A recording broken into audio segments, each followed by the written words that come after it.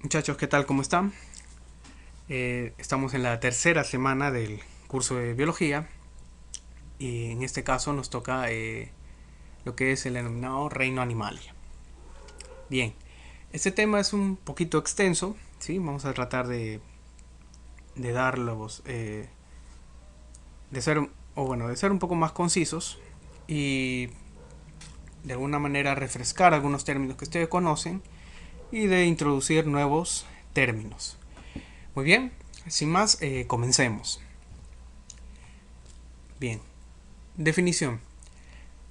El reino Animalia es uno de los cuatro reinos del dominio eucariota. Muy bien.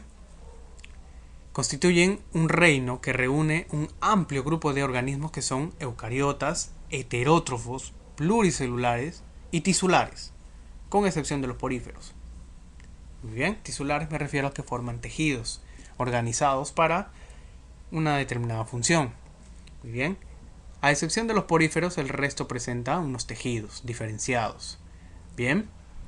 El reino animal constituye uno de los reinos más evolucionados del planeta. Bien, esa es otra característica. ¿Qué más? Se originaron de los protozoarios. Muy bien, los protozoarios son nuestros antecesores. Y a los animales se los suele dividir en categorías con valor sistemático, ¿sí? Llamadas filum. Muy bien, podremos ver los filums principales. En este caso vamos a estudiar los 9 filums principales que componen el reino Animalia. Bien, listo. Características generales. Bien, ¿qué podríamos mencionar? Poseen células con un núcleo organizado y complejo. Por lo tanto, son eucariotas. Todos somos organismos eucariotas. Ojo. Muy bien. Están formadas por varias células. Somos pluricelulares. No elaboramos nuestro propio alimento. Es decir, no realizamos fotosíntesis, ¿no? Pero para ello nosotros debemos consumir productos orgánicos. Es decir, somos heterótrofos. Muy bien. Ahora, todos presentan movimiento en algún estadio de su vida. Muy bien. De alguna manera presentamos una forma de movimiento, una forma móvil. Muy bien. Esas son características generales de todos los pertenecientes al reino Animalia. Muy bien, tengan en cuenta esto. Muy bien, ¿cómo los clasificamos? Tenemos varios criterios de clasificación. Uno, que es bien conocido por ustedes, según la presencia o ausencia de huesos. Tenemos vertebrados, invertebrados. Muy bien. Segundo, según el desarrollo embrionario. Aquí, sí, hacemos un pequeño stop. Según el desarrollo embrionario tenemos varias subcategorías. Muy bien.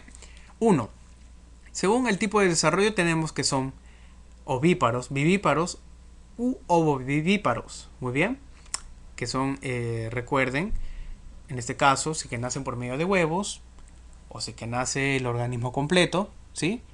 O en este caso, los huevos son incubados dentro del o dentro de la mamá. En este caso, ¿no? En los ovovivíparos tenemos como ejemplo a los tiburones o las anacondas, por ejemplo, ¿sí? Vivíparos, los mamíferos, y ovovivíparos, clásico, los reptiles, ¿no? Y las aves. Bien. 1. 2. Según las capas embrionarias, como vimos en el tema anterior, ¿sí? En embriología, tenemos 3 capas embrionarias que originan el resto de tejidos. Ahora, los organismos se clasifican según la cantidad de esas hojas embrionarias que originan los tejidos. En este caso tenemos organismos que tienen solo 2 capas, los diblásticos, que tienen, recordemos, solamente endodermo y ectodermo. Y los triblásticos, que son las que tienen las 3 hojas embrionarias, incluyendo en este caso al mesodermo. Es la única diferencia. Muy bien. Listo. En tercer lugar tenemos el destino del blastoporo. Según el destino del blastoporo, pueden ser los animales protostomados o deuterostomados. Si recordamos, los protostomados eran los que el blastoporo formaba, en primer lugar, la boca. Muy bien. Y los deuterostomados primero se formaba el ano. Recordemos. Muy bien. Siguiente. Según las cavidades corporales. Esto es quizá un término nuevo para ustedes. Muy bien. Tenemos los individuos acelomados, pseudocelomados o celomados. Muy bien. ¿A qué nos referimos con celoma? Celoma es una cavidad. Muy bien. Veamos el ejemplo en la figura aquí abajo. Muy bien. Tenemos un individuo acelomado, pseudocelomado y un celomado. Vamos a ver las diferencias. Para hacerlo de forma sencilla, tenemos la hoja interna, que vendría a ser el endodermo, forma el tubo digestivo. El ectodermo vendría a ser todo lo exterior. Y la parte media es el mesodermo. Muy bien. En este caso, miren, el mesodermo está como relleno en el organismo. En este caso de un individuo acelomado. A eso es lo que se denomina el parénquima. Muy bien. Miren cómo está dispuesto el mesodermo. Eso es en un individuo acelomado. Es decir, el mesodermo es un relleno. En un pseudocelomado, ese tejido mesodérmico pasa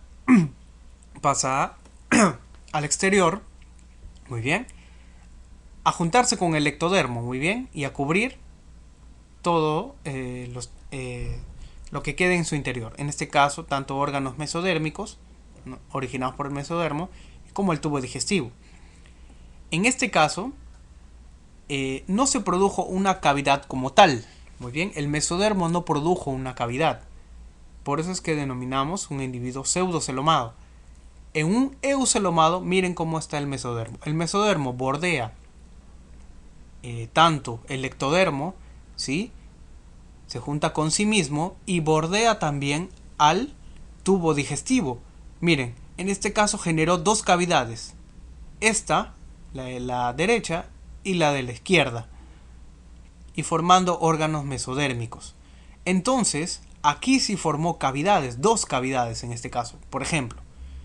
Es un ejemplo. Entonces, a estos individuos en el que mesodermo formó cavidades se los denomina eucelomado. Muy bien. Listo. Entonces, a eso nos referimos con según cavidades corporales. En tercer lugar tenemos la organización tisular, es decir, si forman o no tejidos. Tenemos los parazoos y los eumetazoos. Los parazoos son individuos que no poseen tejidos como tal. En este caso, podemos identificarlo rápidamente. Serían las esponjas, muy bien, los poríferos, nada más. El resto vendría a ser eumetazoos, muy bien, que sí poseen tejidos como tal. Y como número 4 tenemos a la simetría. La simetría también nos va a servir para clasificar, ¿sí? Tenemos la simetría bilateral, ¿sí?, y la simetría radial. Aquí tenemos, por ejemplo, la simetría bilateral quiere decir que si nosotros trazamos un eje, tenemos dos lados, vamos a obtener dos lados iguales. Esa es una simetría bilateral. Una simetría radial es que desde el centro se van a trazar varios ejes similares, muy bien. En este caso, en la estrella de mar tenemos 5 brazos. Entonces es una simetría pentarradial, porque son 5 porciones similares. Muy bien, hay otros tipos también, pero a este tipo de simetría se le llama radial. Bien, entonces pasemos a este cuadro de resumen. Yo recomendaría tenerlo que ustedes tengan este cuadro en su cuaderno, ¿sí?, porque básicamente resume todo lo que hemos hablado en la clase anterior y en esta clase. Muy bien, listo. Tenemos entonces la primera división, que vendría a ser según las hojas embrionarias, diblásticos y triblásticos. Muy bien, en los diblásticos tenemos a los poríferos y nidarios, y tienen una particularidad, que ellos presentan simetría radial, ¿sí? También en este caso, los triblásticos, recuerden, los que tienen las 3 hojas embrionarias, poseen simetría bilateral, ya sea en cualquier etapa de su estado o de su vida, ¿sí?, o de su ciclo vital. Ustedes dirán, por ejemplo, las estrellas de mar no tienen simetría bilateral, pero sí lo obtuvieron cuando en su etapa embrionaria. Muy bien, listo. Los triblásticos tenemos de 3 tipos: los acelomados, muy bien, los que no presentan celoma; los pseudocelomados, los que tienen un pseudoceloma, recuerden. Bien. Y los celomados están por acá. Bien. En los acelomados tenemos en primer lugar los platelmintos. Solo vamos a estudiar a ellos. En los pseudocelomados a los nematelmintos. Y los celomados vendrían a ser el resto. Muy bien. Ahora, según el origen del blastoporo, o el destino del blastoporo, entonces tendremos dos tipos de animales, los protostomados y los deuterostomados. Recuerden, el blastoporo forma boca y el blastoporo forma primero el ano. Muy bien, recuerden eso, por favor. Listo. Bien, entonces veamos uno por uno los filums más importantes del reino Animalia. Entonces recuerden, en total son 9. Revisemos el primero. Muy bien, el filum de los poríferos. Poríferos básicamente se refiere a, el nombre hace referencia a poros. Muy bien, que llevan poros en su cuerpo. Muy bien, son acuáticos y sésiles en su fase adulta.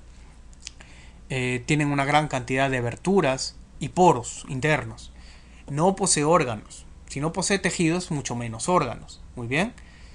Las funciones vitales son realizadas por cada célula. Muy bien. En pocas palabras, los poríferos son un saco de células. Bien.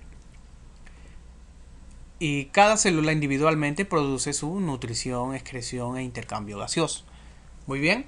Se clasifican en tres generalmente los poríferos. Las calcáreas, Hexactinellida y la clase Demospongiae. Muy bien. Las calcáreas viven en aguas poco profundas. Muy bien. Y básicamente tienen un componente principal, que son las sales de calcio. Hexactinellida son espículas silíceas, es decir, poseen sales de sílice. Viven a mayor profundidad. Muy bien. Entre los 450 a 900. Y los Demospongiae, o las demosponjas, ¿no? Poseen espículas de sílice, pero viven a cualquier profundidad. Muy bien, son tres tipos de poríferos. Pasemos al segundo tipo, que vendrían a ser los celenterios o nidarios. Muy bien, ¿a qué hace referencia el nombre? Nidarios proviene de nide, que vendría a ser ortiga. Recuerden, la ortiga es, ¿no?, los que recordamos la planta, ¿no?, tienen unas pequeñas púas, ¿no?, urticantes. A eso hace referencia los nidarios. Bien, entonces, los nidarios son acuáticos, ¿sí?, sésiles en su fase adulta. Muy bien, tienen dos estados, estado móvil y estado sésil. Muy bien. Sésil quiere decir un estado fijo, ¿sí?, fijo a un sustrato, que no se mueven. Muy bien. Su cuerpo está formado por un celenterón o cavidad gastrovascular. Esto es a lo que se denomina celenterón. Entonces, por ello se le llaman celenterios. Tienen una cavidad interna. Muy bien. Esta cavidad es lo que da origen al nombre de este grupo. Muy bien. Los celenterios. Bien, esa cavidad está formada por tres capas tisulares. Primero, una epidermis, que es la externa, como podemos ver aquí, que es la que está bordeando a todo el nidario. La mesoglea, que en este caso que es la capa media, la externa. La media es esta de aquí, ¿sí?, la mesoglea. Y por último la gastrodermis, muy bien, que es la cavidad interna. Es aquí donde se va a producir, ya muchos de ustedes habrán intuido, son las es el famoso, o la famosa digestión. Muy bien. Listo, que es la cavidad interna. Poseen tentáculos provistos de nematocistos urticantes. Muy bien. Si nosotros tomamos una pequeña porción de los brazos, podemos ver que, estas poseen células que poseen una sustancia urticante. Muy bien. Este nematocisto, apenas en contacto con ya sea el animal presa o el animal al cual está atacando, este nidario, va a liberar o va a disparar esa sustancia urticante. Muy bien, ¿sí? Esa púa va a ser disparada y va a inyectar esa sustancia urticante. Muy bien. si que tenemos contacto con ello, entonces nosotros podemos sentir una especie de quemazón o urticaria. Muy bien, ¿sí? Listo.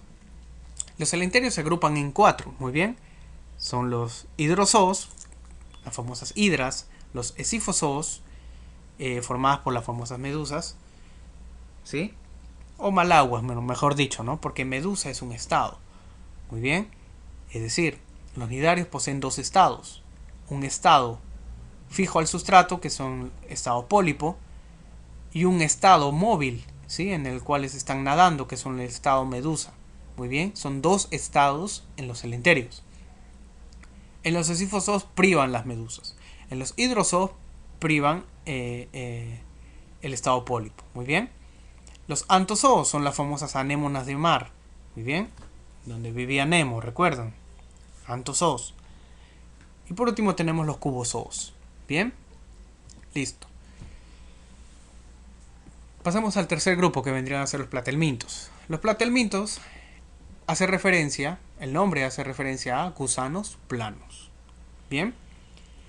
Son parásitos y otros son de vida libre. Bien. Se agrupan en Turbelaria, en este caso tenemos a las planarias. ¿Sí? Estos son gusanos planos de vida libre. Los céstodes, las famosas tenias, son gusanos parásitos, en este caso. Muy bien, gusanos planos parásitos. Y la clase Trematode, otro tipo de parásitos, como son las duelas, ¿no? Bien, esos son los platelmintos, gusanos planos.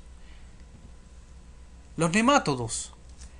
Los nemátodos son, o el nombre hace referencia a gusanos con aspecto de hilo, muy bien, o con aspecto de hilo.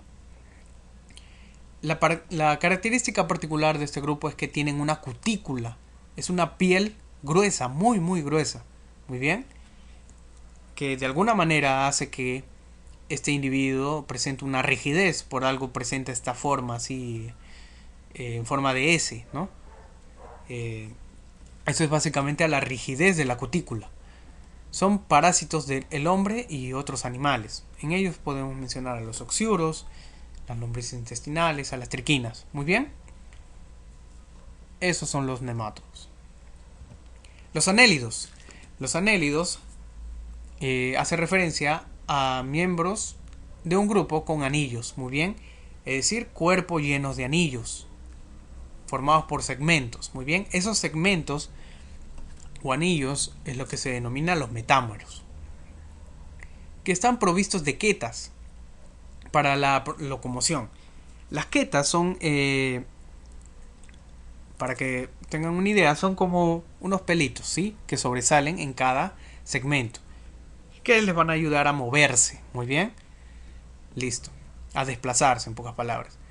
Evolucionariamente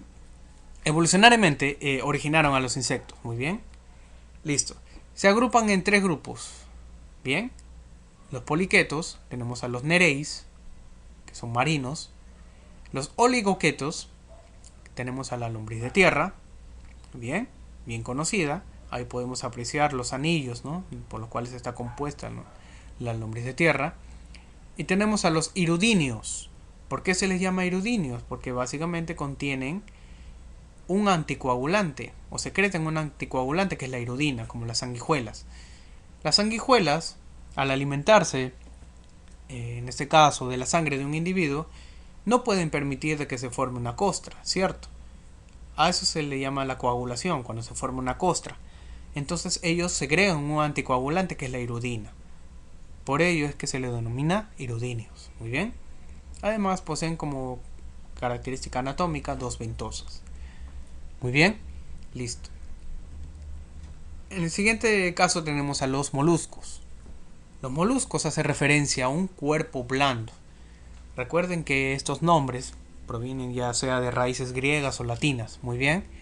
Entonces, un poco hay que conocer de ello para poder tener una idea de qué es lo que hace referencia el nombre, ¿cierto? Bien.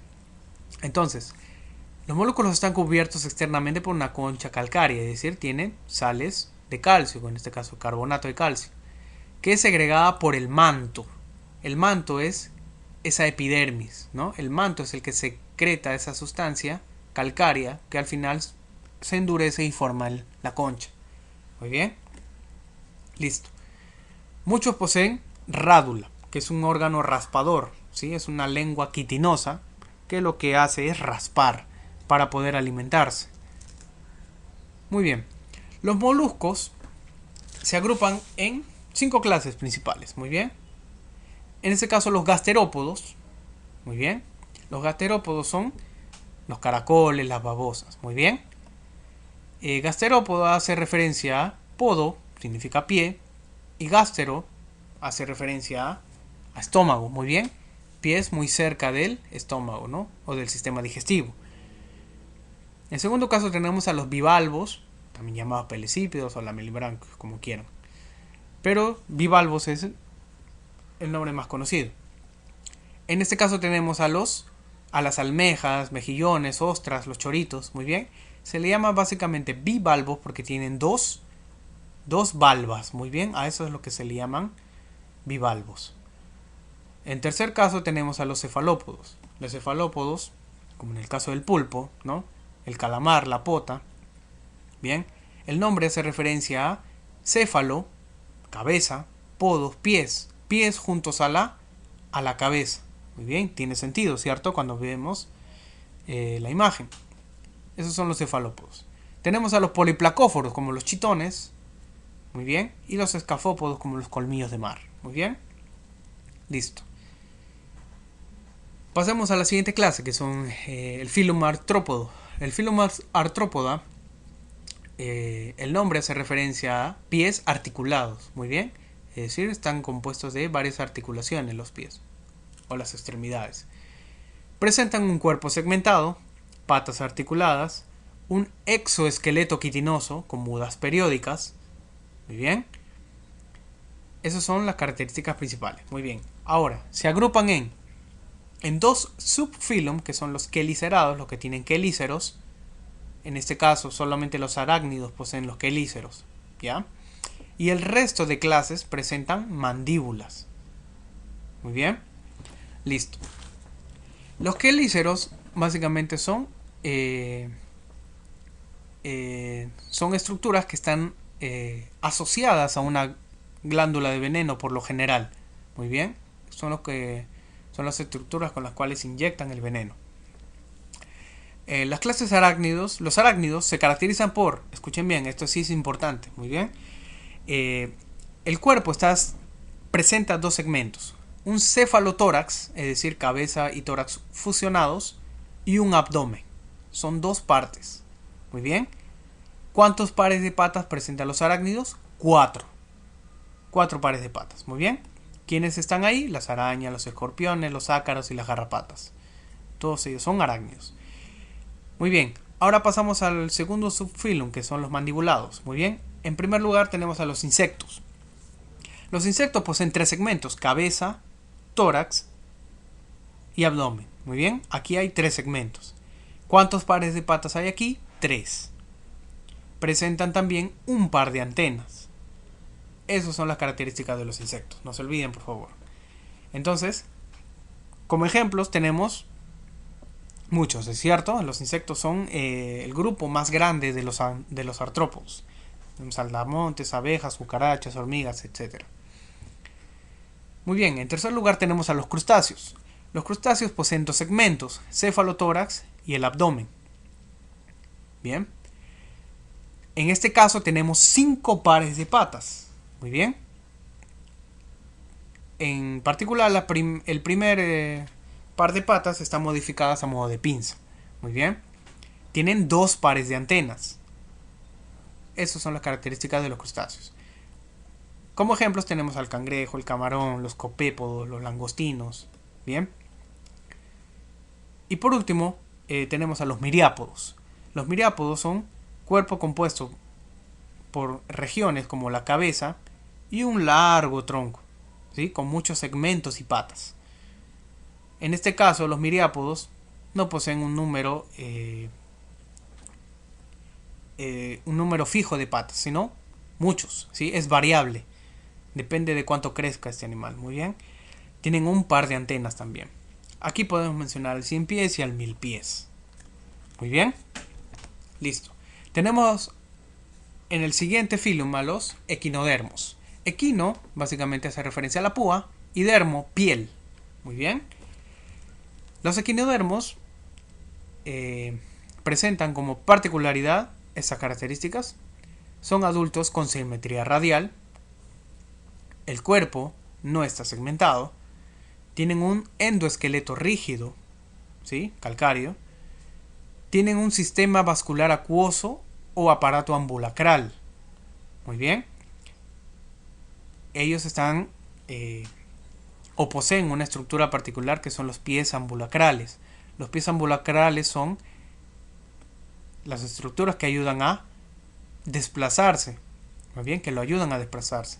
Y ellos están conectados con un sistema vascular acuoso o aparato ambulacral. Muy bien. Que es básicamente como un sistema circulatorio. Muy bien. Dentro de los equinodermos. Todos los equinodermos son marinos. Muy bien. Estos se agrupan en 5 clases.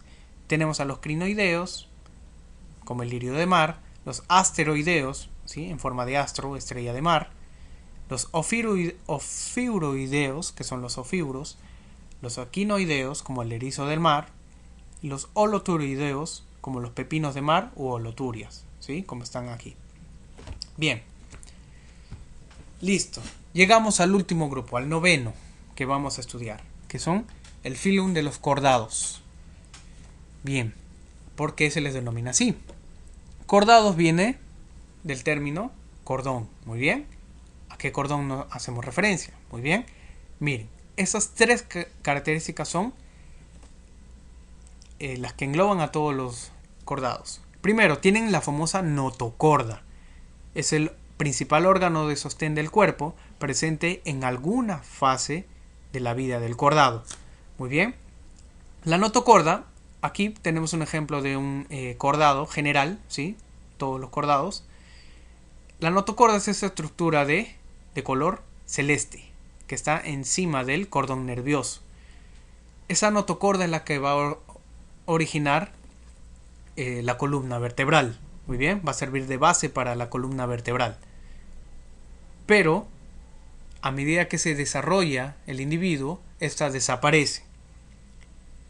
Solo pocas especies la conservan. Muy bien, eso es lo que vamos a ver a continuación. A ver, esa es la principal característica. Entonces, presentan una notocorda. Segundo, un cordón nervioso dorsal, quiere decir que se encuentra en la parte posterior y de forma tubular. Muy bien.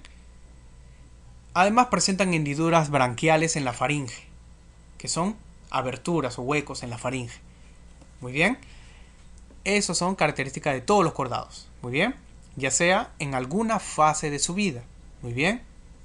Tenemos al primer subfilum, que son los tunicados, que presentan, como dice el nombre, una túnica, ¿cierto? Que los cubre. Solo en el estado larvario presentan la notocorda. Muy bien. Y en adultos, básicamente esa notocorda se reabsorbe. En este caso tenemos el ejemplo de las vejigas de mar. Bien, o las asidias. En el segundo caso tenemos a los cefalocordados. Ellos conservan la notocorda en todo hasta el estado adulto, en toda su vida. Muy bien. El cual se prolonga de cabeza hasta la cola. Muy bien. Cuerpo agudo en ambos extremos, quiere decir puntiagudo. Son la mayoría acuáticos. En este caso tenemos el ejemplo de los anfioxos. Muy bien, ese es el segundo subfilum. El tercer subfilum tenemos a los vertebrados. Muy bien, ahora sí, entramos a un terreno en que creo que la mayoría conoce. Todos poseen un cerebro anterior, dentro de un cráneo, y la columna vertebral formada usando como molde la notocorda. Muy bien, ¿sí? Aquí ya no, la notocorda, a medida que se desarrolla el individuo, va a desaparecer. Muy bien, pero va a dejar o va a servir de molde para la formación de la columna vertebral. Muy bien. Comprende tanto ciclóstomos como tetrápodos. A ver, vamos a ver. Tenemos, en este caso vamos a estudiar 7 clases, muy bien. Primero presentamos 3 que pertenecen a la superclase Piscis, ¿sí? A los que son marinos. En primer lugar tenemos a los ciclóstomos, muy bien, que poseen una boca circular, ¿sí? No poseen escamas, no tienen mandíbulas, ¿sí? Tienen 6 a 14 pares de branquias y la boca rodeada por esas extensiones que es denominadas pajillas carnosas, muy bien, son las lampreas y los mixines. La segunda clase tenemos a los condrictias, ¿no? Los peces, ¿no? Con esqueleto cartilaginoso o de cartílagos, muy bien. Poseen una boca ventral, ¿sí? Es decir, una boca más yendo hacia el vientre, es una boca que está mucho más en la parte baja. Contienen escamas placoideas, bueno, eso no tiene mucha importancia. Aleta caudal heterocerca, miren, la aleta caudal tiene 2 porciones, una más grande que la otra, la superior es más grande que la inferior, por eso se le llama heterocerca, a diferencia de los osteíctides, ¿no? Los peces óseos.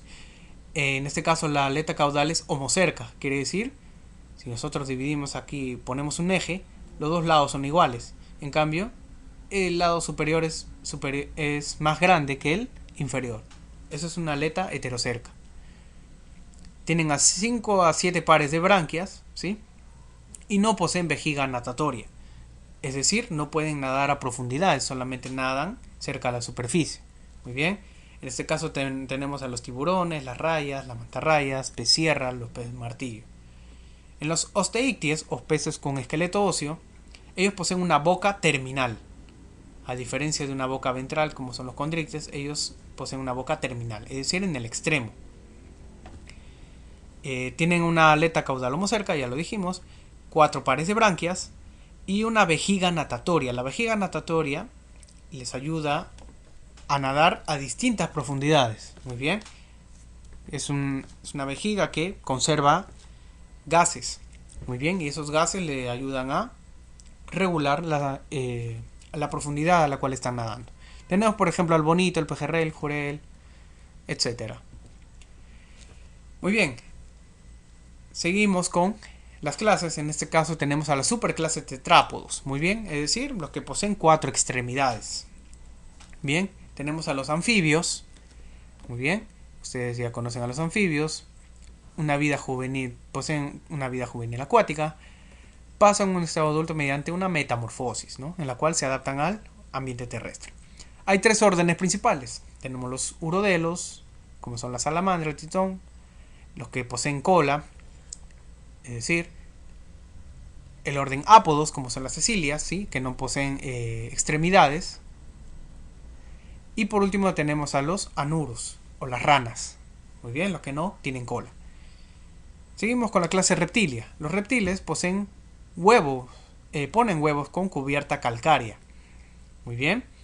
Tienen una piel seca y con escamas córneas. Muy bien, que son resistentes a la desecación. Se clasifican en los siguientes órdenes. Primero tenemos a los quelonios o testudines, como son las tortugas, que poseen ese caparazón característico. Tenemos a los squamata, ¿sí? Los que poseen escamas, como son los saurios y los ofídeos. Muy bien. Las serpientes, en este caso, y las iguanas. Y por último tenemos al orden Crocodilia, que son los cocodrilos y caimanes. Como sexta clase tenemos a las aves. Las aves son los únicos cordados con plumas. Todos son ovíparos.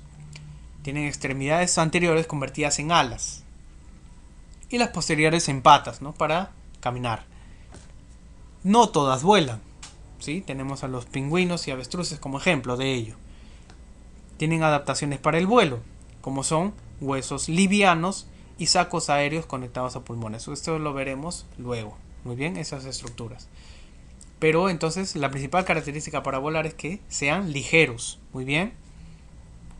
Se clasifican en 2. En rátidas y carenadas, que son básicamente según el criterio de si poseen quilla o no. Muy bien.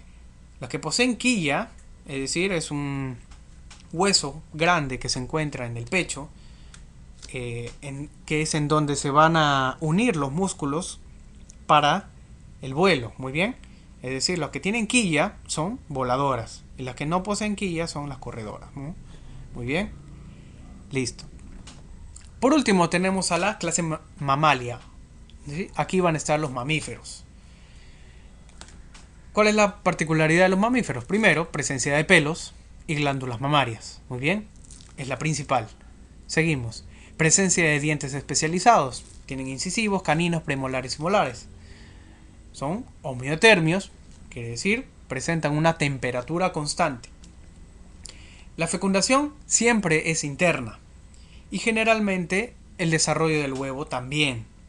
Muy bien, vivíparos, en su mayoría, con crías que en su primera etapa de vida se alimentan de leche materna.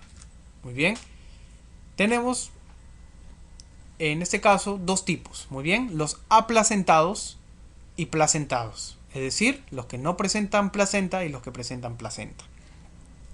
Entre los aplacentados tenemos a los prototerios, es decir, los que ponen, las hembras que ponen huevos, muy bien, es decir, incubación externa. En este caso están los ornitorrincos, los equidnas también. Los metaterios, las hembras poseen una bolsa o marsupio, que sirve para el desarrollo de las crías en fase embrionaria. En este caso tenemos a los canguros, zarigüeyas y el koala. Y por último tenemos a los que presentan placenta. Muy bien. Las hembras desarrollan una placenta. Y esto permite un mejor desarrollo de la cría. Muy bien. En este caso tenemos a los roedores, a los primates, cetáceos, plantígrados, en general al resto de los mamíferos. Bien. Esta clase ha sido un poquito extensa, así que te pido por favor estudien bastante. Y si tienen dudas, no duden en escribirme, ¿sí? Y bueno, conmigo será hasta la próxima oportunidad, ¿sí? Nos vemos muchachos, cuídense.